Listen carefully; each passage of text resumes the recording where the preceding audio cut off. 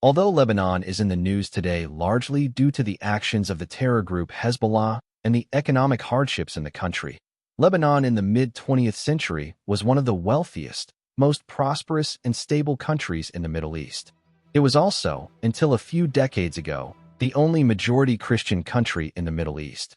Thanks to its being a center of commerce and a thriving mixture of Muslims, Christians, and Jews, Lebanon was known as the Switzerland of the Middle East, and its capital, Beirut, as the Paris of the Middle East.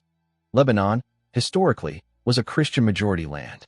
The religion was introduced to the area in the 1st century by St. Peter and St. Paul, and the faith spread early throughout the region. Lebanon ceased to be majority Christian during the years of Lebanon's 1975 to 1990 civil war. Since then, the Christian share of the population has steadily declined to a rough third of the population for each of the three largest religious groupings: Sunni Muslim, Shia Muslim, and Christian.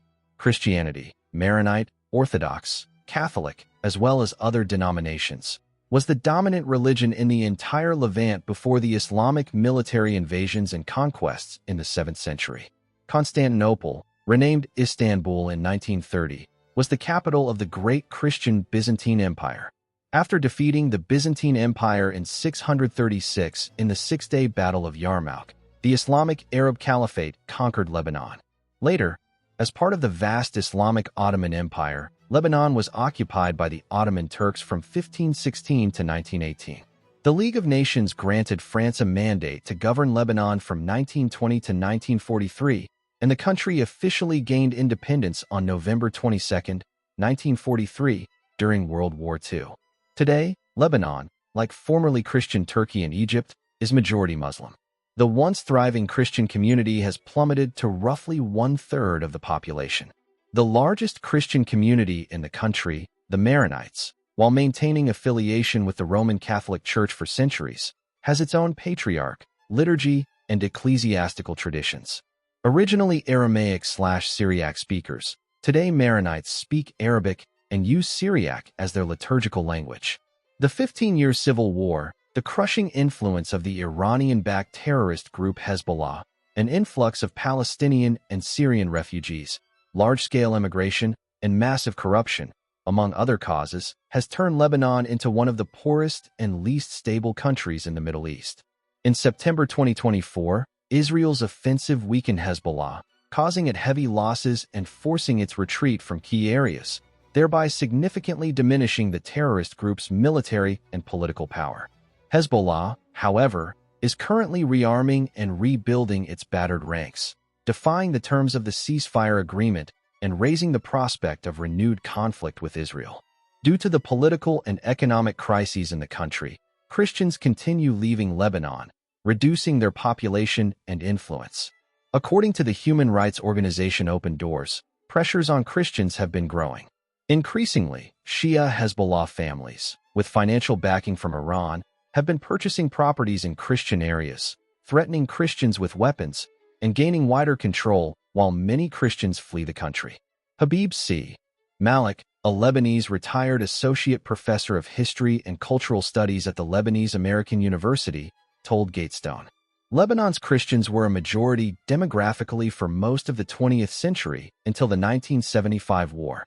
The 1975 to 1990 war in Lebanon took a toll on Christian numbers both physically. Thousands died and thousands more immigrated out of the war-shattered country. Many never returned. Christians also have lower birth rates than Muslims. Muslims can marry more than one wife and create many more children than in monogamous marriages. Christians generally have valued education for their children, but as the costs of education began to rise steeply, large families became a thing of the past, particularly in the urban areas of the country. In 1948, hundreds of thousands of Palestinian refugees, who were mostly Muslims, added to Muslim numbers, although it is important to keep in mind that these refugees are not Lebanese citizens and don't have the right to vote. Lebanon's Shiites have been an integral community in Lebanon for centuries. The increase in their numbers has mostly been due to polygamy and higher birth rates, and not to Shiite immigration from elsewhere. Once there is some degree of peace and stability in and around Lebanon, many Christians will return with their families from abroad and Christian numbers will pick up. Malik author of the policy paper Between Damascus and Jerusalem, Lebanon and Middle East Peace, also noted how mass immigration of Syrians and Palestinians to Lebanon has affected the country. Both these populations have remained for the most part unnaturalized as Lebanese citizens. In the case of the Palestinians, they caused instability from the armed PLO when they relocated from Jordan to Lebanon in 1970. Their entry was a direct cause of the outbreak of the 1975 to 1990 war in Lebanon. Syrian refugees have augmented, indeed doubled, the million or so Syrian migrant workers already in Lebanon. Despite international relief efforts to both these refugee populations, the Palestinians and the Syrians, they have strained to limit the meager resources of Lebanon and caused prices of basic goods and services for ordinary Lebanese to rise. Being mainly Sunni Muslims, and despite not being naturalized as Lebanese citizens, they have also introduced an element of sectarian imbalance into the already precariously calibrated demographics among the various Lebanese sections. This is regarded as ominous by the other sects such as the Christians, the Druze, and the Shiites. Lebanon's authorities on several occasions have appealed to the United Nations and other international humanitarian agencies to help in repatriating the Syrian refugees to Syria, where the civil war has all but ended since the collapse of the Assad regime. However, there has been little real response by the UN and these relief agencies. Malik spoke of the relationship between the Islamic Republic of Iran and Hezbollah. Since its founding, Hezbollah has always been a military arm of Iran's IRGC, Iranian Revolutionary Guard Corps, and it sees itself as an integral part of the ideology of the Iranian regime's Walayat al-Faqih, guardianship of the Islamic jurist, meaning that an Islamic jurist should lead the community in the absence of the infallible imam, first under Khomeini and now under Khamenei. From day one, they began to acquire weapons and to train under the self-proclaimed heading of resistance to the Zionist enemy. With time, they emerged as the strongest force on the ground inside Lebanon, rivaling, and indeed in many areas exceeding, the power of the official Lebanese armed forces. Hezbollah, along with the Amal movement of Shiites under the leadership of aging Speaker of the House Nabi Berri, formed a Shiite duo that became the main political and paramilitary face of the Shiite community in Lebanon. After the July 2006 war between Hezbollah and Israel, the Lebanese-Iranian proxy, which received a major battering at the time, declared victory and proceeded to rearm, retrain, and rebuild its paramilitary infrastructure across Lebanon with direct input from Iran's IRGC, a move that has included acquiring long-range precision-guided missiles and drones, anti-tank munitions, and other weapons. On October 8, 2023, Hezbollah single-handedly dragged Lebanon into the bloody war between Hamas and Israel without consulting anyone inside Lebanon and against the wishes of the majority of Lebanese from all sections. The result has been a renewed battering of Hezbollah, with widespread decimation of its military assets plus the wholesale destruction of Shiite villages along the border with Israel in the south. Hezbollah's biggest loss came with the Pager operation on September 17, 2024, engineered by Israel's Mossad. 10 days later, top Hezbollah leaders, including Hassan Nasrallah and his designated successor, were taken out by the IDF along with much of the group's elite fighting force, the Radwan Brigade. Since the end of that round of fighting on November 27, 2024, Hezbollah has been attempting to rebuild itself militarily and financially, while Israel has been going after it with targeted assassinations and airstrikes. The new Lebanese government and president have pledged to disarm Hezbollah and concentrate all weapons in the hands of the state-run Lebanese armed forces, but so far very little of this has actually happened. The pro-Iran group has been openly defiant in handing over its arms. Despite the military setbacks Hezbollah has endured since October 8, 2023, Hezbollah remains an armed force capable of paralyzing the Lebanese state and defying its policy of concentrating all weapons in the hands of the Lebanese authorities. Hezbollah, which still has several MPs in the Lebanese parliament and at least 2 ministers in the Lebanese cabinet, act as a state within a state inside Lebanon and are the main obstacle thus far preventing a Lebanese-Israeli peace treaty from materializing. Malik noted that Christians in Lebanon are against Hezbollah and Iran controlling their country. except for the remnants of former Lebanese President Michel Aoun's Free Patriotic Movement, a receding political grouping in the Christian community with dwindling popular support. Virtually all other Christians in Lebanon are vehemently opposed to Hezbollah and to Iran's influence in their country. This opposition is spearheaded by the largest and strongest Christian political party in the country, the Lebanese Forces, LF, led by Samir Gigi. The vast majority of Christians support the government's policy of confiscating Hezbollah's weapons and monopolizing all arms in the hands of the Lebanese state. This same majority wishes to see Lebanon move towards specific long-term security arrangements with Israel, paving the way towards an official and historic peace treaty between the two states. In addition to the Christians, this is supported by huge swaths of Sunnis and Druze, and even some intrepid and independent-minded Shiites, and it is in direct and open opposition to Iran's regional stance and the wishes of its main proxy, Hezbollah.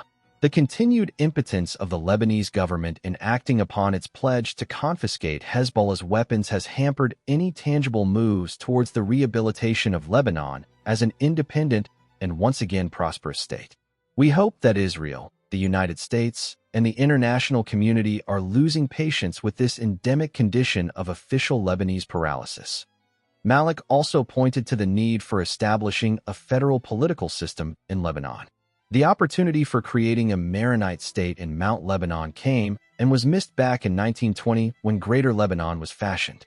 Since then, the uneasy and precarious coexistence of disparate communities within a sectarian pluralist Lebanon has been exposed to repeated external interventions on behalf of this or that sect or religious community at the expense of all the others. There have been repeated calls, including among Christians, for applying a federal formula to Lebanon to accommodate its religious and sectarian diversity. The federalism of heterogeneous religious communities could be a workable solution for a divided and composite society like that of Lebanon.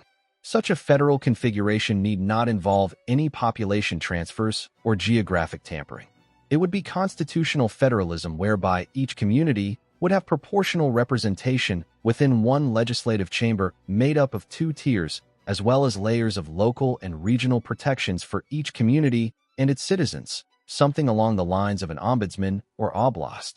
Such a system would liberate the respective communities from the vicissitudes of demographic fluctuations, namely from the tyranny of sheer numbers, and would provide, in addition to the existing laws of the land applied to all, specific local protections to members of minority communities embedded within larger minority communities. The details of a constitutional federal arrangement for Lebanon have been worked out by legal and other experts. They only require a national decision to move them to actual implementation.